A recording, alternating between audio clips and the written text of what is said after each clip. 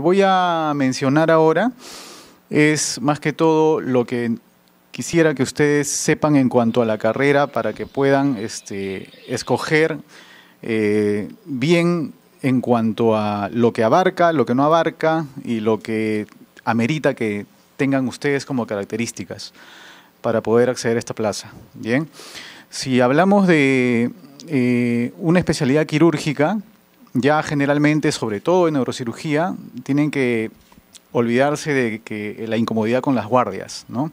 Esta es una especialidad que necesita de todas maneras de un bastante desenvolvimiento en las noches. ¿Por qué? Porque lo más frecuente que tenemos que tratar son traumatismos, ¿no? Encefalocraniano y TBMs, traumatismos vertebromedulares. Esos ocurren a cualquier hora del día, pero por estadística hay más, digamos, en las noches y los fines de semana. Tanto así que en provincias a veces se contratan neurocirujanos por los fines de semana, ¿no? Entonces, les diré que en cuanto a neurocirugía, vamos a hablar un poquito de cosas básicas. Esto se los presento porque después vamos a tener un área de consultoría personalizada para que puedan hacer preguntas en cuanto a lo que fuere con respecto a las universidades, ¿no? Digamos, las partes de diplomados, maestrías, etcétera, que ustedes puedan también estarse interesados mientras hacen la carrera o al terminarla apenas, ¿no? Siempre yo digo esto, la neurocirugía es la mejor de las especialidades, pero es bien compleja, ¿no? A los que no les guste la complejidad o los problemas legales, tampoco es una buena carrera, ¿no? Hay bastante de historia en el Perú inclusive, ¿no? Que ya saben ustedes de la cultura Paracas, en donde ya se hacían craniotomías y que por si acaso, hasta ahorita en algunos hospitales se siguen haciendo prácticamente de la misma manera, sin craniótomo, sin microscopios, sin arco en C, sin aspirador ultrasónico. Son bastantes equipamientos de los cuales, francamente, la carrera depende. Es decir, un neurocirujano que acaba de egresar va a sufrir mucho si es que no encuentra un lugar que tenga todos estos equipamientos para poder hacer las cosas bien. Entonces, eso sí es una debilidad para nuestra carrera, porque no es como los clínicos que pueden ir y poner su consultorio y ya está, ¿no? Los neurocirujanos que tenemos que hacer operaciones complejas al cerebro y a la médula que los pueden dejar secuelados, ¿no? Más de lo que a veces su patología propia puede inclusive generarles, dependemos a veces de estos equipos. Sin embargo, en el Perú, con respecto al resto de Latinoamérica y al resto del mundo, todavía estamos un poquito desfasados, ¿no? Francamente, por ejemplo, en Canadá se coloca una derivación ventrículo-peritoneal para una válvula de Pudens, o sea, para hidrocefalia, con neuronavegador. O sea, ahí no hay forma que te equivoques, tú manejas y ves en la pantalla por dónde te estás moviendo y navegando en el cerebro. Ventrículo acá, derecho, izquierdo, me voy 5 milímetros después de la línea media, ahí lo dejo y ya salgo. En cambio acá todavía nosotros, primero que neuronavegador en el Perú, solamente hay 2 y están uno en un hospital privado y otro en un hospital estatal, pero no se usa de manera continua, porque hasta inclusive el entrenamiento en ello es un poquito especial, ¿ya? Les decía que esta forma en la que lo hacemos aquí en el Perú es parametrada con puntos craniométricos, con anatomía, con bastante conocimiento, como ya también habrán escuchado seguramente a los de intensivos cuando ponen su CBC, ¿no? Su catéter venoso central. En otros lugares lo hacen guiados, ecografía, todo eso, y sin embargo, algunos especialistas acá se hacen también de frente solamente al ojo, ¿no? Porque anatómicamente se guían de parámetros que los va a llevar a hacer las cosas correctas y no salirse de donde deben estar. Bien, entonces, esta especialidad amerita algo para poder entrar hacia el cerebro. Mi primera barrera es el cráneo. Para entrar a la médula, mi barrera es la vértebra, ¿no? Entonces, estos obstáculos óseos nos van a dar el nombre prácticamente de las operaciones más frecuentes en la especialidad. En cráneo, craniotomía, porque abro el cráneo, ¿no? Y genero como este lugar, ven acá, un agujero para poder entrar, operar, y después volverle la tapita, le ponemos de nuevo. Eso se llama craneotomía, ¿ya? Y craniectomía es cuando sacamos esa tapa y ya la botamos, quizá un poquito más amplia para que el cerebro pueda edematizarse por algún traumatismo cefalocraniano o por tumores, ¿no? Y eso se llama craniectomía. Y a nivel de columna se llama laminectomía. ¿Por qué? Porque existe una estructura o una parte ósea de la vértebra, que es la parte de atrás, que van a formar la espina o la apófisis espinosa, que son las láminas, lámina izquierda, lámina derecha. Entonces, por esas láminas es que ingresamos hacia atrás de lo que está el paquete neural o la médula. Entonces, acceder por esa lámina se llama laminotomía. ¿Bien? ¿Qué es lo que vemos en neurocirugía?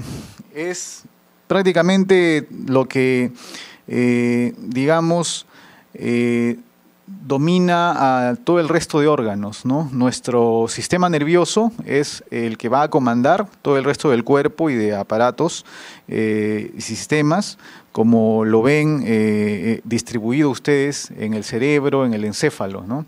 Inclusive la parte motora está, digamos, distribuida de esta manera, y cuando hay un tumor por acá, por ejemplo, el paciente puede estar parapléjico, ¿no? Cuando hay un tumor por este lado puede tener un problema de facial, ¿no? Y por acá puede ser un problema de parálisis braquial.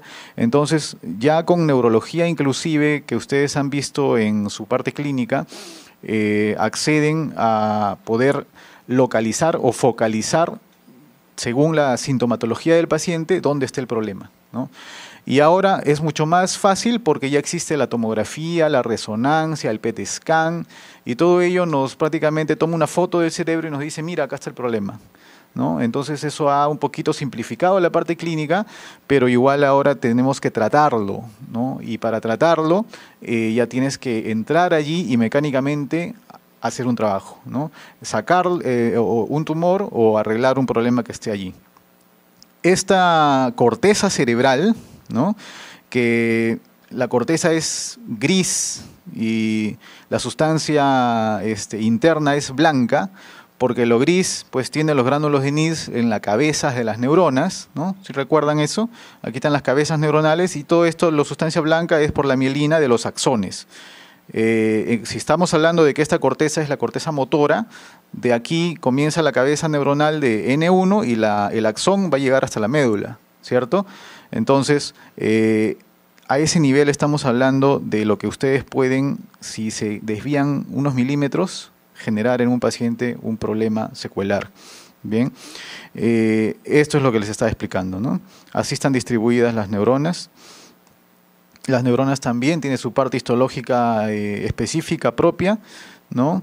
Y justamente entre una neurona y otra va a haber esta sinapsis que ya también nos lleva a tener un poco de conocimiento químico y bioquímico, por lo que también tenemos que saber un poco de neurofarmacología para poder no alterar lo que complemente a nuestro resultado quirúrgico, ¿ok?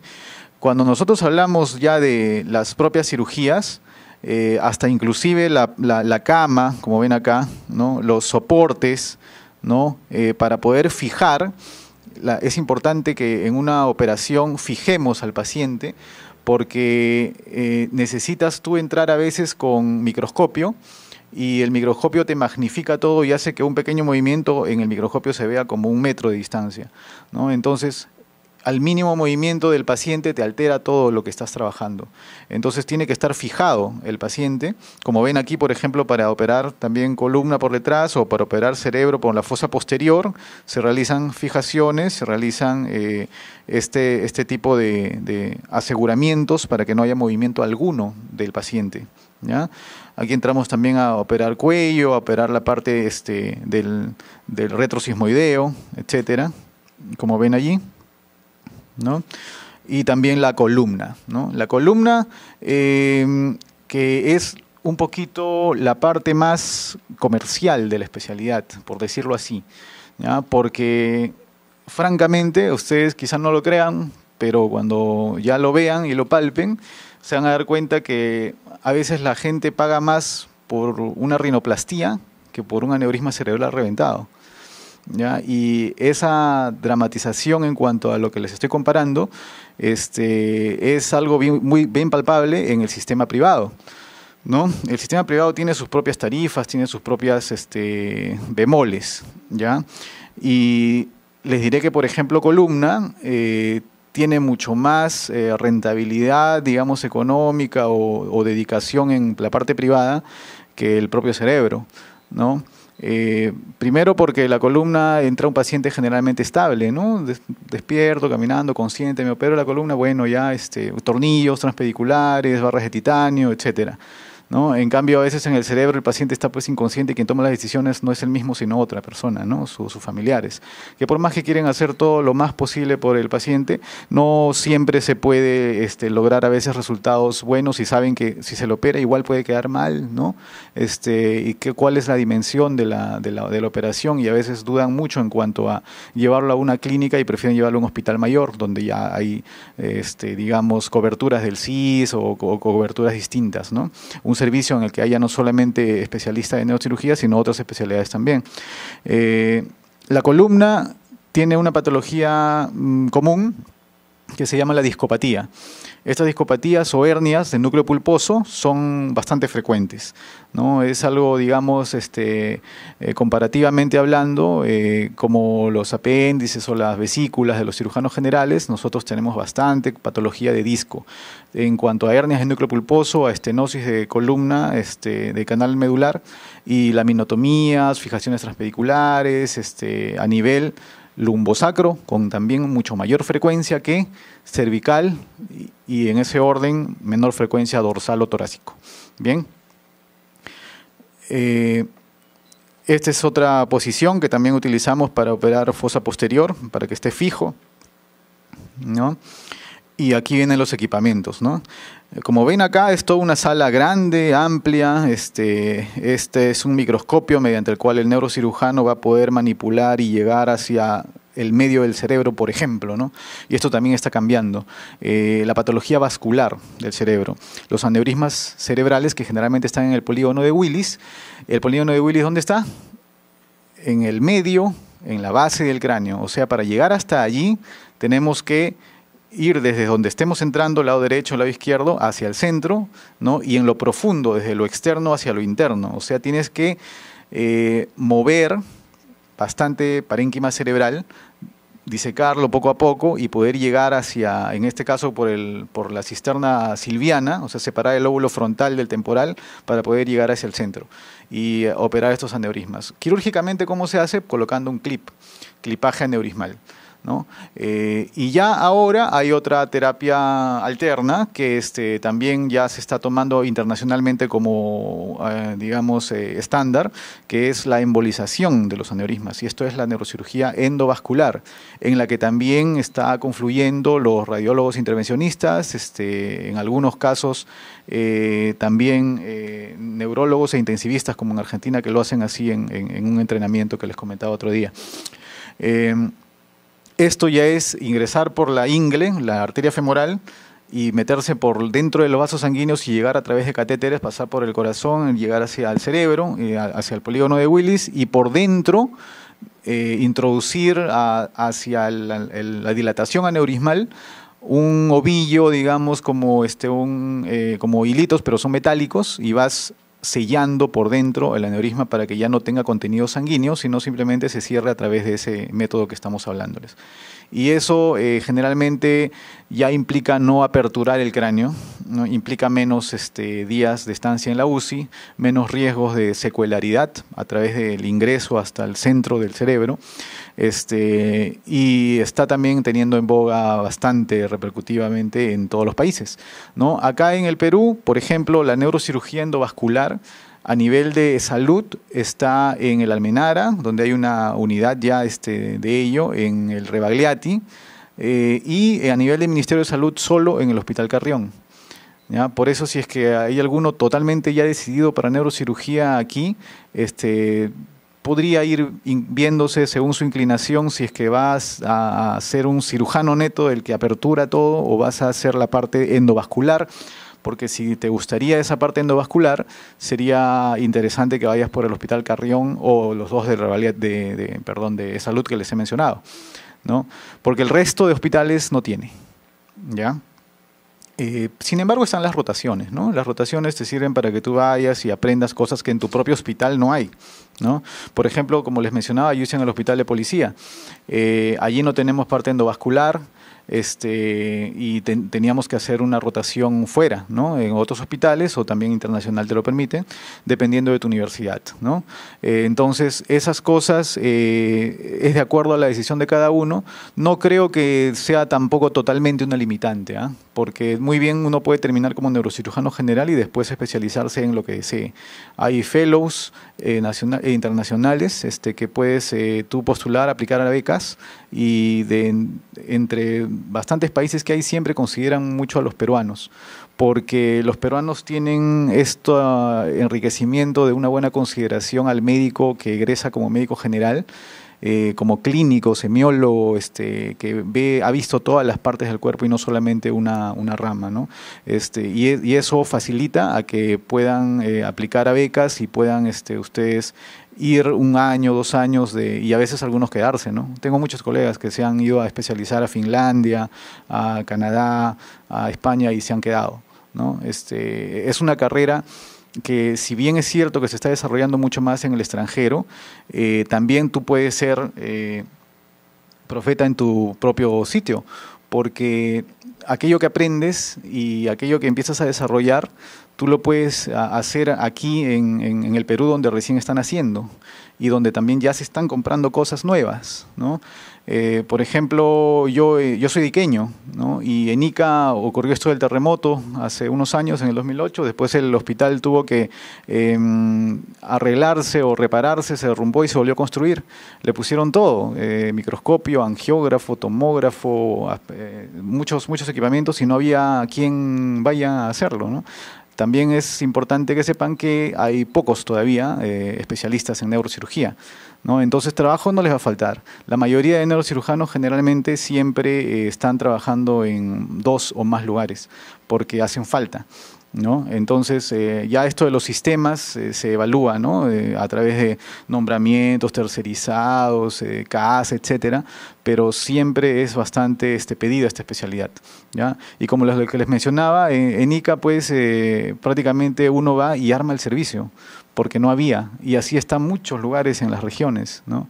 Y simplemente falta a veces ese contacto y ese atrevimiento del egresado que pueda ir y ver dónde se puede acomodar al menos un par de años para adquirir experiencia y para evolucionar y hacer tratamientos que no se hacen en ese lugar, ¿no? Entonces, esas cosas también son importantes. ¿Ya? Este es el craneótomo, es simplemente como si fuera un taladro, entre comillas, pero es especializado, es para el cráneo, es específico, te protege esto de aquí, la dura madre, para que tú puedas introducirlo y hacer un corte del tamaño y la forma que tú quieras y puedas ingresar al cerebro en las angulaciones que desees, ¿no? Estos son los drills, que son para hacer huecos o holes, que le llamamos, para poder acceder a, por ejemplo, un hematoma subdural, amerita solamente un hueco. Y a través de ese hueco metes drenes, introduces hacia adelante, hacia atrás, y lo dejas al paciente con 2 o 3 días con eso y ya está solucionado su problema y le salvas la vida, con solamente aprender a hacer un hueco en el cráneo, ¿ya? En cambio, cuando son ya craneotomías grandes, ahí sí ameritas este craneótomo que les digo, para hacer unas incisiones mucho mayores y aperturas del cráneo mayores, ¿no? Esto lo pongo porque en otros lugares la neurocirugía es muy respetada, tanto económica como disciplinariamente. Duermen, viven, pasan de todo con un equipo de entrenamiento. Esto es en Finlandia. Dentro de su sala de operaciones, dentro de su zona de educación. Bien, obviamente disciplinariamente les digo porque eso sí, van a encontrar bastante que los colegas de esta especialidad son bien estrictos en cuanto a las cosas, porque si ustedes tienen una pequeña falla puede traducirse en secuela o muerte del paciente, ¿no? Entonces, esto hace que haya entrenamientos, inclusive en vivo, en cirugías teletransmitidas. Aquí se educa inclusive mientras el otro doctor está operando, este colega está explicándole lo que está pasando a los demás, y las discusiones discusiones clínicas y quirúrgicas, ¿no? Es diferente solo estar en discusiones clínicas para toma de decisiones en cuanto a lo que se va a hacer o darle tratamiento médico o no, y las quirúrgicas que ya es prácticamente algo mecánico, que tienes que ir por acá, por allá, con tal pinza, con tal otra, en tal angulación, etcétera, ¿no? Entonces, esto es importante y comparativamente acá al Perú, pues eso sí hay un poco de, ¿qué les puedo decir? Desconsideración podría decirse, ¿no? Porque hasta en el tema de los tarifarios privados, ¿no? Tarifarios CEUS, si alguien es auditor, sabe de lo que le hablo, que son las codificaciones de los procedimientos, está totalmente desfasado, ¿no?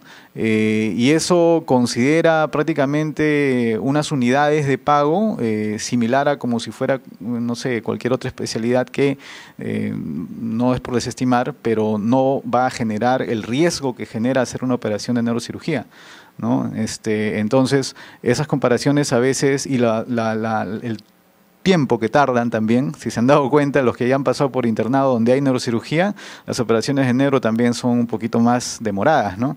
Un tumor cerebral o un aneurisma cerebral demora 4 horas, 5 horas, pero tampoco es tan dramático. A mí me dijeron, por ejemplo, cuando yo quería postular y dije quiero hacer neurocirugía y tenía el tema de que por herencia puedo tener varices, miembros inferiores y estar parado todo el tiempo vas a complicarte esa situación. No, no es mentira, ¿no? Eso es algo manejable. Uno puede hacerlo sentado inclusive con la cabeza ahí, ¿no? O te paras cuando lo necesitas. Es algo que puedes tú maniobrar, ¿no? Ya cuando estás con el microscopio es otra cosa, eso es cierto, ¿no? Pero hay que aprender a adaptarse y aprender también que tu comodidad es importante. El cirujano no puede operar bien si no está cómodo, ¿no? Y para esa comodidad a veces es necesario algunos implementos, ¿no? Algunos microscopios tienen silla neuroquirúrgica, ¿no? Y en esta silla, que es levanta el brazo, se sube, se baja para el nivel de altura que tienes que estar en ese momento de la operación, ¿no? Este es un fijador que, miren, le pone un pin acá, no es que esté atravesado, ¿eh? Por si acaso. Este es un pin y acá hay otro pin, ¿ya? Y se le hace prácticamente un aseguramiento con metal a la cabeza para poder fijarlo y esta cabeza no rote, no se mueva para un lado o para otro. Bien, entonces es producirle sí un daño, sí un riesgo de infección, pero no tienen idea de lo diferente que es operar con esto fijado y sin que se mueva 1 milímetro de distancia a que el paciente esté sin ello y tú empiezas a hacer el drilado o el movimiento del hueso y te vibra toda la cabeza, ¿no? Y eso ya a veces de por sí te produce un daño también. Por eso es que en algunos hospitales que no hay craneótomo, ¿no? Tienen que hacer primero con el trépano de Hudson un hueco, ¿no? Y hacen 4 huecos y le pasan entre hueco y hueco una sierra, jiggly, y a lijar, ¿no? Mientras haces eso, el otro tienes que agarrar la cabeza, porque si no, la cabeza está así. Entonces, eso no es bueno. Eso es lo que también quiero que se entienda, de que se puede, claro que se puede, pues se puede, todo es posible, pero le estás produciendo también un daño a tu paciente. Entonces, eso es importante considerarlo, porque puede traducirse en incremento de ese hematoma o en sangramiento de otro lado que todavía no ha sangrado y que estaba a punto de sangrar y con eso logras empeorar al paciente, ¿no? Entonces, primum non nocere, ¿no? El principio de la ética no maleficencia está delante de tu beneficencia, que es operarlo y querer hacer el bien por tu paciente, ¿no? Entonces, aperturas el cráneo, la piel, tejido muscular del temporal, ¿no?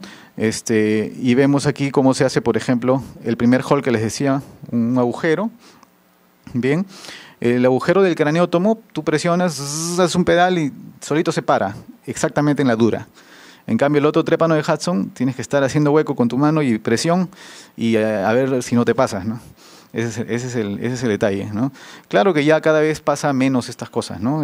Pero siempre es un riesgo y es mejor trabajar con todos estos equipos, ¿no? Y ya luego que has hecho el agujero que tiene autopare, automático, agarras, lo cambias por la fresa de la cuchilla y te vas así, ya está, ¿no? Y abres en la forma que tú deseas, el tamaño que tú quieres y al acceso donde vas a necesitarlo exactamente, ¿no?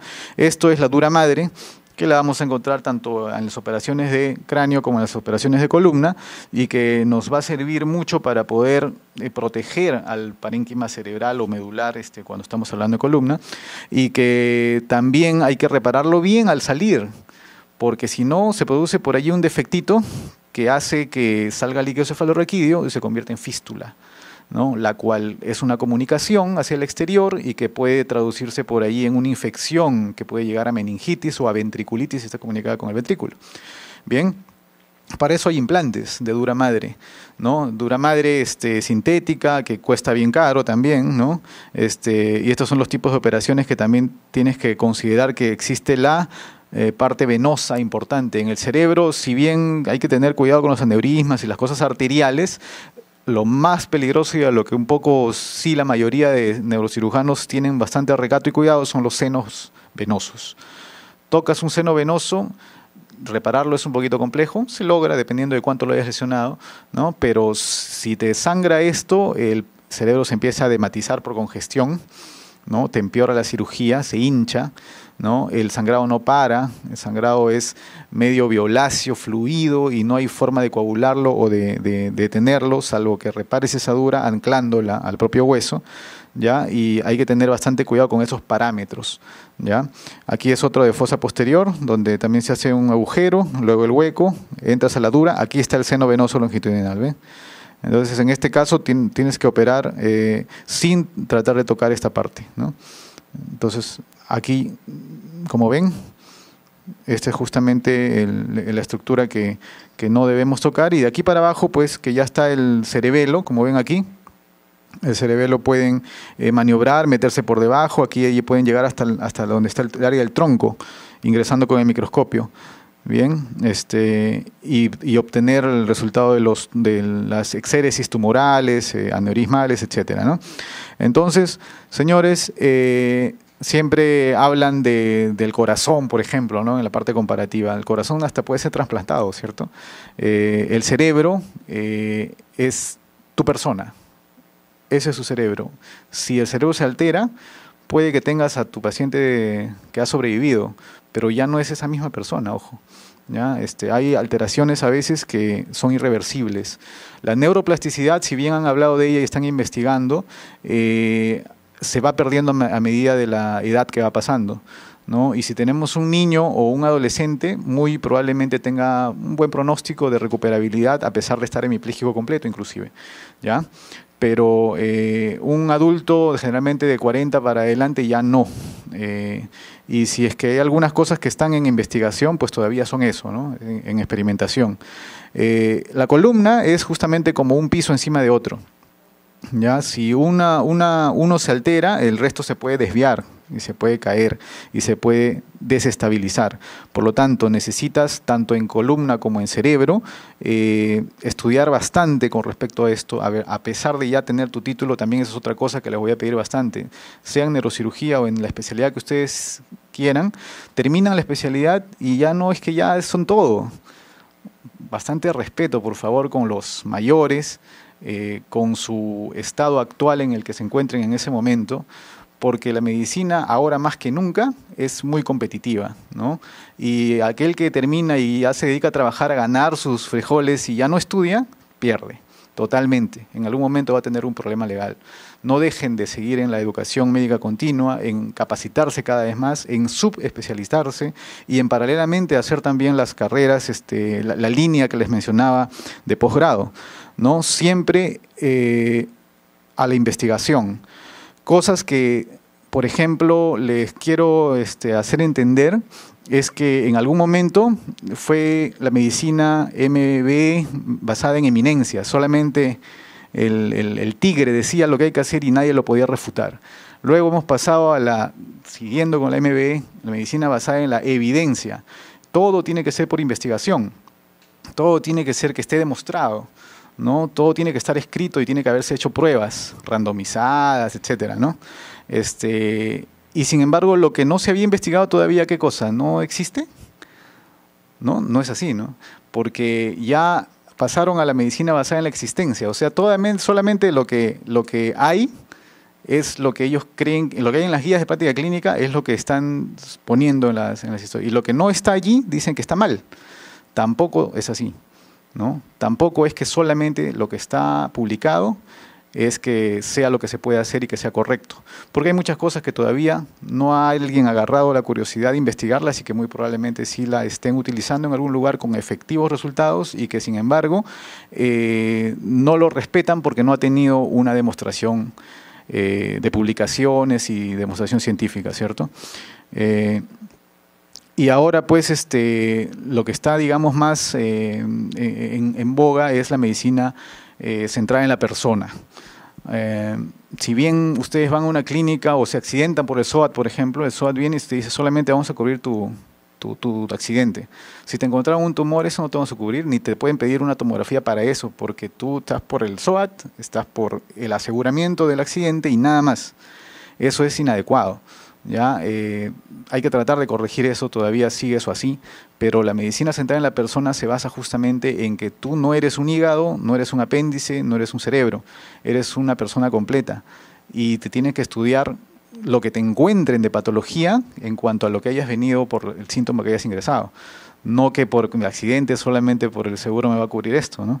Igualito con el resto de especialidades, ¿no? Y para neurocirugía al menos lo importante es los puntos craniométricos. Ya sea con o sin equipamiento, si tú tienes bien claro tus puntos craniométricos, vas a poder operar inclusive a veces prescindiendo de algunos equipos especializados, ¿ya? Ustedes han escuchado en algún momento de que algún doctor taladro tuvo que salvarle la vida a algún paciente de una manera un poquito jalada de los cabellos, pero que no quedó otra si no se moría. ¿Bien? Tampoco es demasiado complejo en el ámbito de, claro, es cerebro, pero en el ámbito traumático, el hematoma epidural, por ejemplo, está encima de la dura madre, ni siquiera tienes que meterte al cerebro. Basta que hagas un hueco relativamente grande y descomprimas, evita el enclavamiento. ¿El enclavamiento qué es? Que el cerebro se hincha, se aplasta por el hematoma y el único lugar por donde se puede edematizar como cualquier tejido que te golpea si se hincha, ¿no? El cerebro se hincha bastante, ¿ya? Se quiere escapar por algún lado y como el cráneo todo cerrado y es hueso, el único lugar por donde se va a poder escapar es el agujero magno. Entonces eso se llama enclavarse. Y si se mete el bulbo raquídeo a chocar con el agujero magno aplastándose, te produce un problema cardiorrespiratorio, que es ¿no? te pone una parada cardíaca y se puede morir enclavado.